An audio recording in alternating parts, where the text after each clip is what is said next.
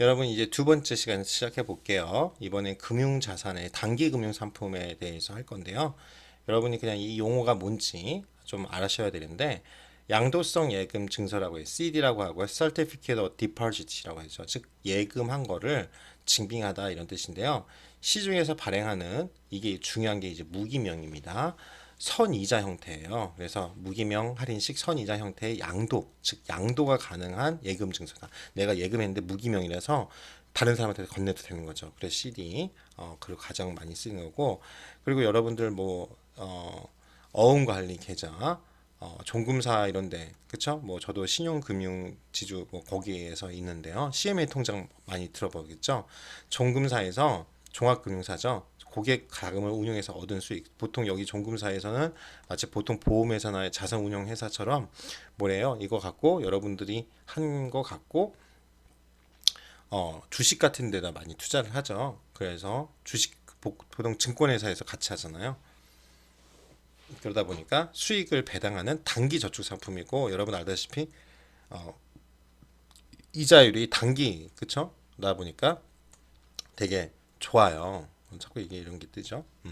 좋아요 이자율이 그러다 보니까 여러분들은 이 보통 여러분 알죠? 예금자 보호법에 의해서 2천만 원, 3천만 원, 2천만 원인가? 그렇죠. 그 범위 내에서 여러분들은 그 금융 그 보호가 되니까 예금자 보험법에 의해서 보호가 되니까 여러분들이 일단 어떤 저축성으로 좀 이렇게 또 CMA 통장으로 월급 통장 하시는 분들도 있는데요.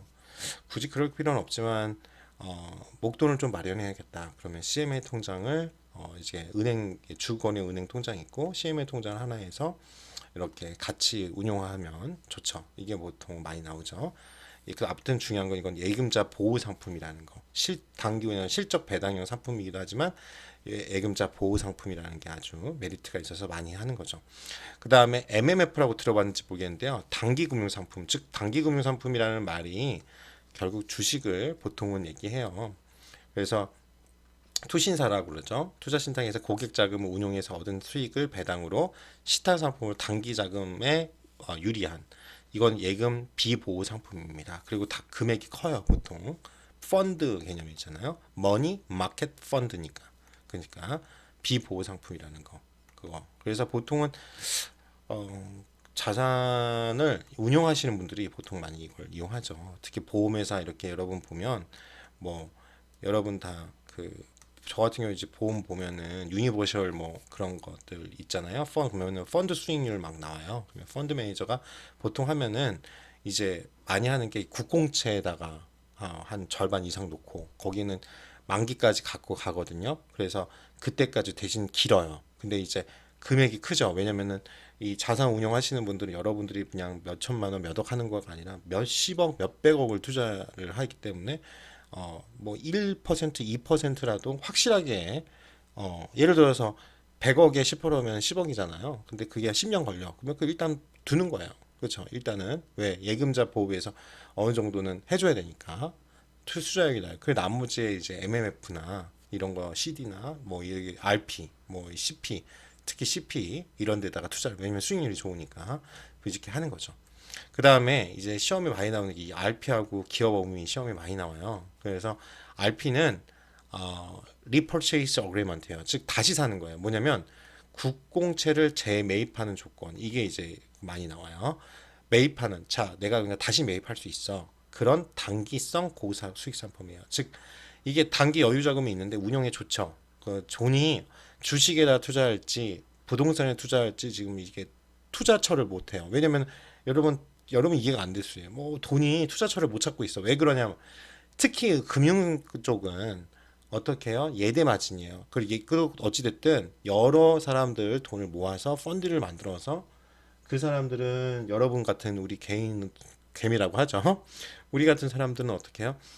당장 목돈을 못 만드니까 일단 예금이나 적금을 넣는 거잖아요. 그러면 예금, 적금을 받아가지고 지금 내가 소비하고 싶지만 미래에 큰 돈을 만들기 위해서 적금을나 예금을 하는 거잖아요. 그러니까 어떤 문제가 생겨요? 이자를 요구한다고요. 적더라도. 그러면은 어찌됐든 이자를 줘야 되는데 이제 한 명이 아니라 뭐 1%여도 100명이면 100%인 거잖아요. 어떻게 보면. 그러니까 어, 그거를 같이 대출을 하거나 투자를 해야지 금융 쪽에서는 그걸 원금도 하고 단무지 다 줄 거 아니에요. 그래서 그런 문제 때문에 이것들을 하죠. 단기 여유 자금을 투자처를 찾아야 되고 그거 갖고 투자를 하는 그걸 맨날 찾는 겁니다. 그래서 여러분도 알다시피 뭐 달러나 금, 그쵸? 그다음에 원유, 석유 뭐 이런 식으로 하는데 지금 석유는 완전히 개판이 지금 나가고 있어서 위험한 투자가 되고 있고요. 그래서 사람들이 이제 보통 현물 견제가 안 좋으면 금 쪽으로 많이 가는 거고 그럽니다. 그래서 그런 거 좀 아시고 그다음에 CP 같은 경우에는 신용 등급이 높은 이거 시험이 많이 나와요. 아무나 내는 게 아니라 결국 대기업이죠. 대기업에서 자금 조달하는 방법입니다. 그러니까 보통 신용 평가를 받아요. 그래서 신용 평가에서 뭐 여러분 뭐 무디스나 이런 평가사들이 굉장히 영향이 큰 게 그런 데서 이제 이 채권 즉 CP를 이제 그 등급을 매기는 거거든요. 그러니까 이게 투자할 만한 회사냐. 그냥 그런 걸 갖고 뭐냐면 이쪽에서는 이 기업 업무를 발행해서 증권화를 해서 내가 이제 사채라고 그쵸 보통은 하는 거죠. 채권도 있고 어음도 있고 이제 이런 것들을 해서 자금 도달을 여러 가지로 해서 하는 겁니다. 주식으로 할 수도 있지만 보통은 이제 주식 같은 경우는 함부로 막 거래할 수도 없는 내용이에요. 왜냐면 경영권 보장 때문에 그러니까 일정 부분 하고 그 나머지 이제 또 이렇게 대기업이나 신용등급이 높은 데는 기업어음을 발행해서 자금 조달을 하는 거죠. 그리고 이제 이 종합금융사, 특히 증권사 같은 데서 이제 할인 매입해가지고 다시 고객에게 파는 금융상품입니다. 자기네들도 팔 자신이 없으면은 안 사겠죠. 그러니까 확실한 신용등급이 높은 데를 걸 삽니다. 그렇죠? 그다음에 어음관리계좌, 뭐 이거는 종금사가 그죠 똑같은 거네요. 그래서 이렇게 하시면 되겠습니다. 다음 넘어갔고요. 자, 이제 유가증권에 대해서 하는데 유가증권의 개념을 좀 아셔야 되는 게 기업의 여유자금을 활용하기 위해서 취득한 이 말이 좀 어려워요. 지분증권, 내가 지분을 갖고 있다 그러잖아요. 그러니까 주식입니다. 상장돼 있을 경우에 그리고 채무증권, 사채입니다. 그렇죠? 그러니까 회사채예요. 그래서 그러니까 그렇게 생각하시면 돼요. 그래서 유가증권 분류하면 이게 많이 들어보셨을 것 같은데요. 이 크게 이게 세 가지로 보통 금융자산을 나누고 이게 이제 이거는 별도입니다. 즉 단기 매매 증권이 이제 주식하고 사채입니다. 단기 매매. 그래서 이걸 유동자산에 들어가죠. 아주 쉽게 해서 우리 말하는 주식이에요. 그래서 단기간의 매매 차익, 이 단기간을 보통 우리가 1년으로 보통은 보죠. 그런 다음에 주식과 채권을 취득했을 때 단기 매매 금융자산 계정으로 회계 처리한다. 이렇게 보시고요. 만기 보유는 주식이라는 게 만기가 없잖아요. 그러니까 이제 사채만 들어가고요. 기업이 채권을 취득했는데 이거를 그냥 만기까지 거기 보이면 만기까지 이렇게 그리고 결국 뭐예요? 원금과 그 이자를 주는 거잖아요.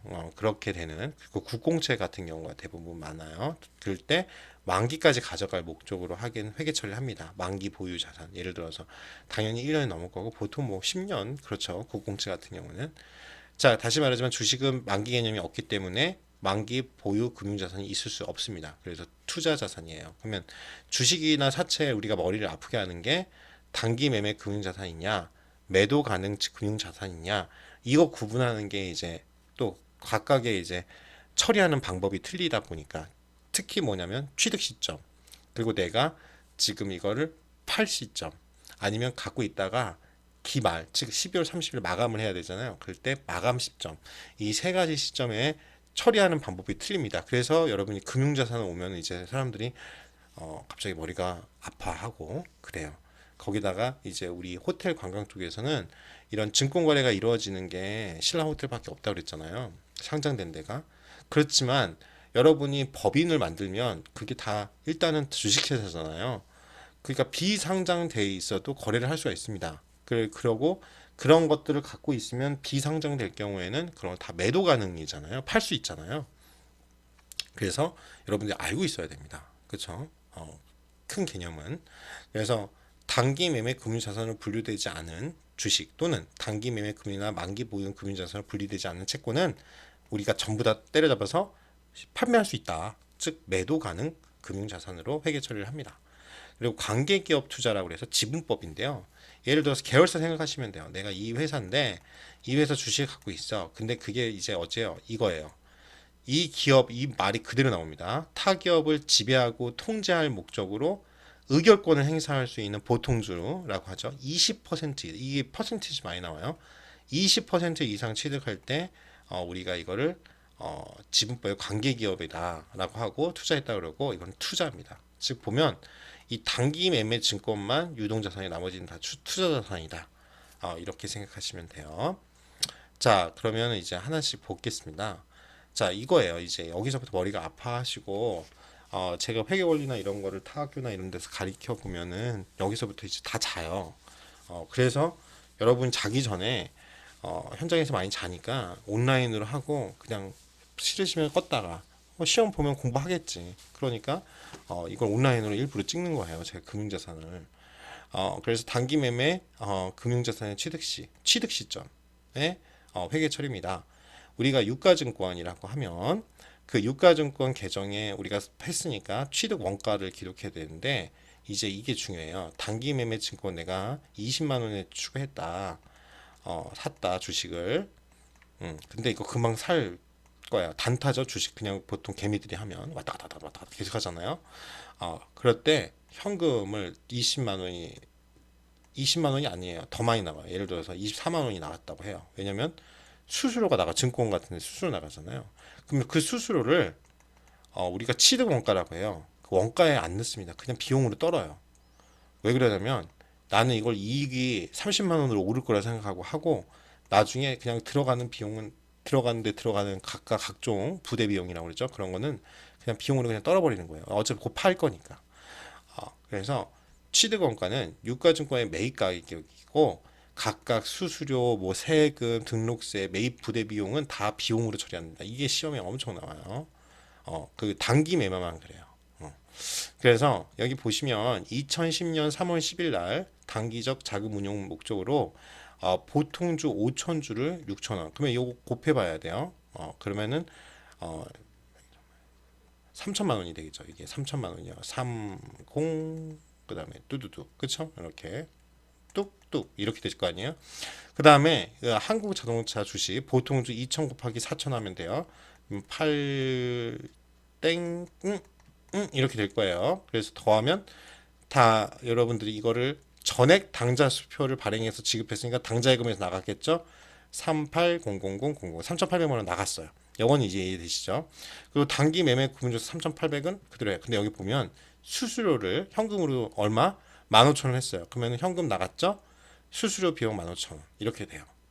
이해되십니까? 이렇게 구분해 가지고 여러분이 이 회계 처리를 하셔야 된다 이거죠. 다음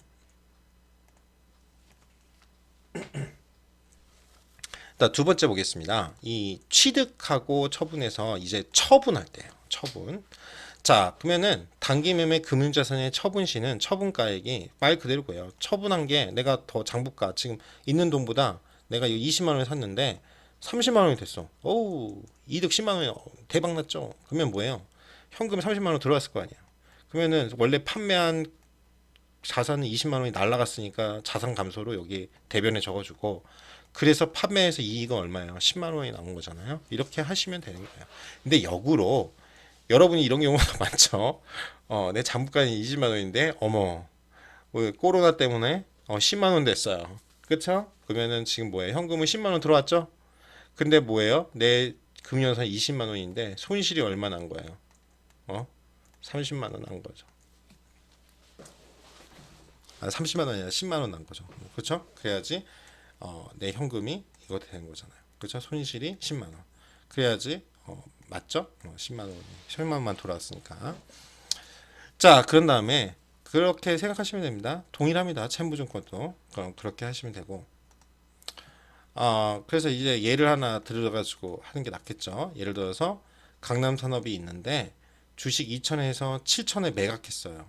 그러면 돈 얼마 들어와요? 7천 곱하기 2천이죠. 그러니까 그걸 이제 어디에요? 판매 대금이 수표를 받아가지고 입금했으니까 내 통장 당좌예금 통장에 했으니까 이렇게 되죠. 7천 곱하기 2,000주죠. 그러니까 1,400만 원이 들어왔어요. 근데 잘 보세요. 여기 앞에 문제 보시면 1,200만 원에 샀다고 되어 있거든요.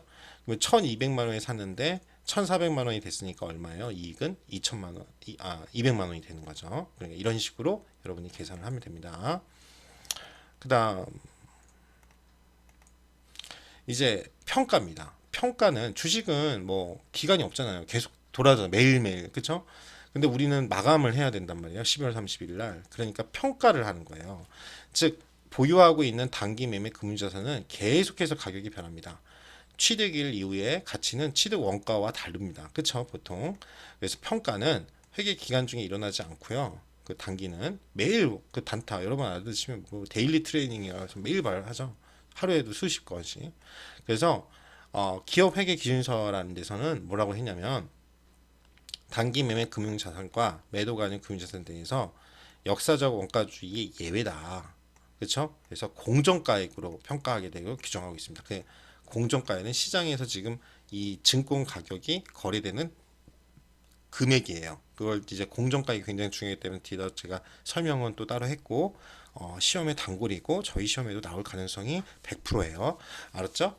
그러니까 여러분 꼭 아셔야 되는데 역사적 원래는 취득한 금액을 원래는 우리가 자산이나 이런 거 할 때 하잖아요. 그리고 모르면 그 오른 것만 손해 보면 손해 본 거를 나중에 판매 시점에 이제 하는데 이건 공정가액으로 한다고요. 그 시점에. 그쵸? 이 단기 매매 금융자산이 지금 특이한 게 많죠. 왜냐면 계속 빈번하게 일어나니까. 그래서 장부가액하고 공정가액하고 이렇게 비교를 해가지고요. 봐가지고 내가 장부가액이 더 높다는 건 내가 지금 20만 원에 샀는데 그렇죠? 공정가액이 10만 원인 거 아니에요. 지금 판매되는 가격이 유가증권의 총액 그 현재 가격이니까. 그러면은 근데 지금 아직 팔지 않았잖아요. 지금 근데 12월 30일 마감할 때는 지금 지금 시점에 손해. 그러니까 여러분들 그러잖아요. 지금 팔까? 지금 손해가 너무 한데 아니야 다시 오를 거야. 그리고 기다리잖아요. 그런 건 똑같아요. 아무튼 12월 31일 현재 마감 시점에 아직은 안 하지만 반영을 해야 된다고요. 평가 손실이라는 걸로 그렇죠? 10만 원 그렇죠? 그리고 금융자산이 떨어진 거죠. 금융자산이 원래 단기 내가 이만큼 갖고 있는데 떨어졌으니까 대변에 적는 거잖아요. 감소, 자산 감소 이렇게 해야 되는 거죠. 만약 공정가액이 지금 내가 20에 샀는데 30만 원이 됐어요. 그러면은 단기 매매 금융자산 어떻게 돼요? 여기 10. 근데 그게 어디서 10만큼 늘어난 거예요? 평가 이익이라는 거죠. 10. 알았죠? 이런 식으로 여러분들이 표시를 하셔야 된다 이거죠. 자, 그래서 요 공정가액이라는 말이 굉장히 중요하다고 했어요, 제가. 자, 공정가액이란 단기 매매 금융상품의 차익 처리에서 공정가액은 유가증권의 시가를 의미합니다. 구체적으로 재무상태표일 현재의 종가입니다. 알았죠? 그래서 유가증권의 공정가치가 취득원가보다 높으면 그 차이를 단기 매매 금융자산 평가이익으로 계산하고요. 그 동시에 장부가액을 증가시켜야 됩니다. 그렇죠? 공정가액이 낮은 경우에는 단기 매매 금융자산의 손실로 계산하고 장부가액을 감소시켜야 됩니다. 이거 여러분 중요하니까 잊지 마시기 바랍니다.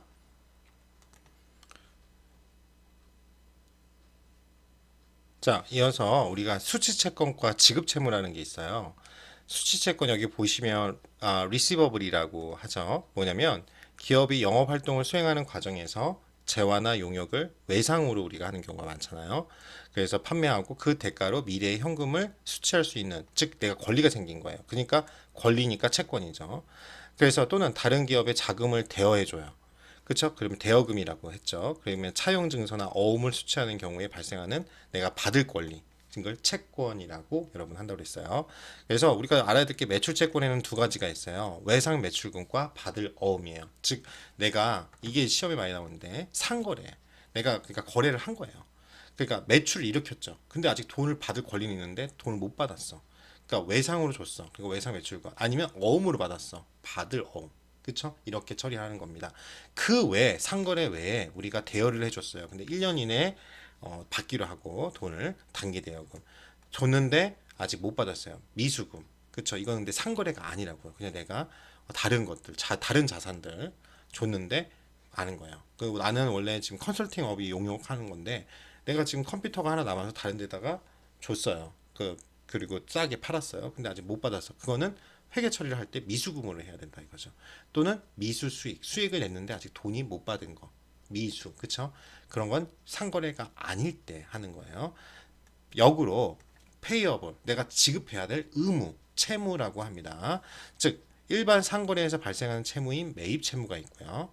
똑같이 이제 이게 만약 내가 컨설팅을 해줬어요. 근데 컨설팅 받은 업체예요.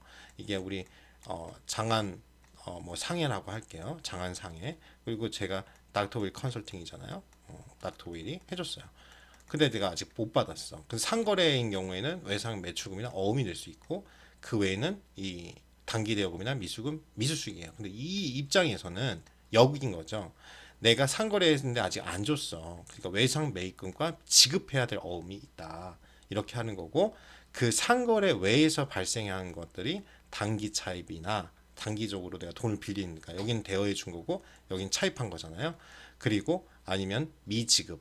이 용어를 잘 해야 돼. 지급해야 되는데 아직 안 했어. 근데 상거래가 아니야. 그럴 땐 미지급금. 이 관계를 여러분들이 잘 알아두셔야 되겠습니다. 그래서 그 사실은 지금 우리가 보통 회계 기준으로 그 다음에 이제 어음이 나오거든요. 근데 그 어음은 우리 실생활에서 우리 호텔 관광 쪽에서는 취급할 일이 없어요. 그렇죠? 다 신용카드나 현금 결제가 대부분이라서 또 어음 받지도 않고요. 대부분 그걸 이제 시티 레저라서 외상으로 하지만 보통 한 달이나 그렇죠? 이런 식으로 받기 때문에 이 어음 쪽은 저희가 다루지 않을 거고 대신 시간이 근데 3교시 때는 이제 대손충당금 그 개념을 아셔야 되니까 대손충당금 개념을 좀 할 겁니다. 자, 그 전에 일단은 우리가 남은 시간 동안 2교시 매출채권과 매입 채무에 대해서 의의에 대해서 자세하게 공부를 좀 해볼게요. 자, 일단 매출채권과 매입 채무의 의의인데요. 매출채권은 상거래의 대상인, 다시 말하지만 시험에 많이 나오는 게 상거래입니다. 상거래 대상인 상품 등을 외상으로 판매를 해요. 그리고 판매 대금은 나중에 받기로 한 거예요. 그래서 판매자의 권리로서 외상 매출금과 받을 어음이 있다. 이거 꼭 기억하시고요. 상품을 외상으로 판매 시에는 외상 대금을 회수를 구두로 약속한 경우에는 외상 매출금이라는 계정으로 기록을 하는 겁니다. 그래서 대신 또 거래처로부터 만약 어음 받을 때는 받을 어음이라 계산하는 거고요. 그래서 아직도 중소기업은 솔직히 구두로 아직도 계산을 많이 해요. 그래서 근데 이제 차라리 어음이 더 낫죠. 나중에 흔히 말하는 깡이라고 해서 어음 융통시장 우리가 쉽게 얘기하면 구두방 가시면 상품권 같은 거 있잖아요. 백화점 상품권 이렇게 원래 10만 원인데 7, 8만 원에 팔고 그쪽에서 이제 일반 구두방 이렇게 붙어 있잖아요. 상품권 판매한다고 그러면 한 9만 원에 판매하고 이렇게 그쪽에서도 이제 예대 마진 하는 거거든요. 그런 거예요. 수수료 먹는 장사를 하는 거죠. 똑같습니다. 그래서 그렇게라도 가능한데 이제 구두를 약속할 경우에는 부도 나면 못 받는 거예요. 근데 어찌됐든 우리는 계정에다가 수익을 이제 발생주이기 때문에 표시해야 되니까 해야 됩니다. 그렇죠? 그래서 이제 중소하는 데는 어음이라도 받는 거예요. 그렇죠? 그게 증빙 자료니까. 그렇죠?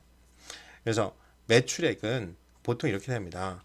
총 매출액에서 이거 세 가지를 빼요. 또 이제 뭐냐면 매출 애누리, 환입, 할인. 그러니까 우리가 들으면 애누리 해주세요 뭐 해가지고 그 여러분들이 알다시피 일정 부분을 빼주는 게 있잖아요. 그다음에 매출 애누리라니까 뭐 화자가 좀 있거나 그럴 때 이제 빼주는 거고요. 매출 환입은 반품이라고 생각하시면 돼요. 환입 다시 들어왔으니까 매출이 다시 들어왔으니까 빠졌으니까 매출 할인은 이제 이런 거 있잖아요. 1 플러스 1, 2 플러스 1 이런 식으로 생각하시면 되는데요.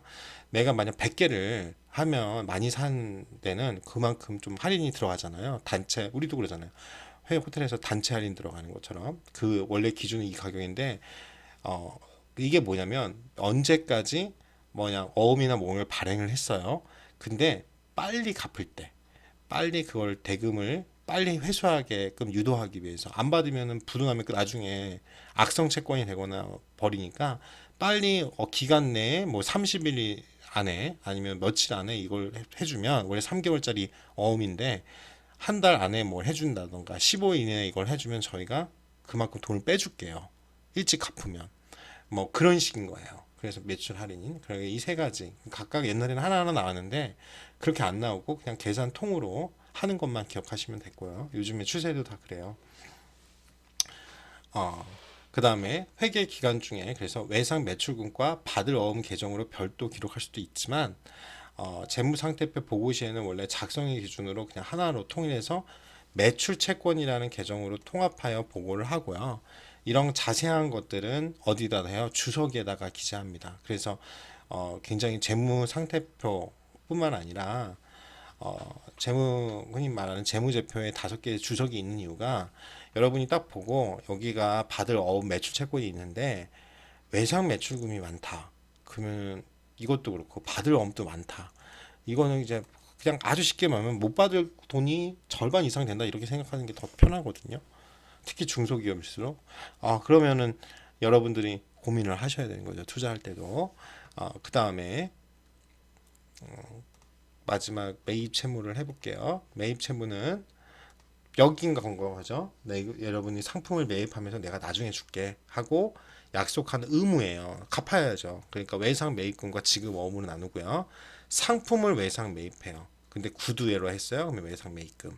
그리고 이게 아니라 어음을 발행했어요. 그러면 지급 어음. 그렇죠? 그 다음에 외상 매입과 지급 어음이지만 우리는 통합해서 매입 채무라는 계정으로 한다. 예, 여기까지가 2교시였습니다.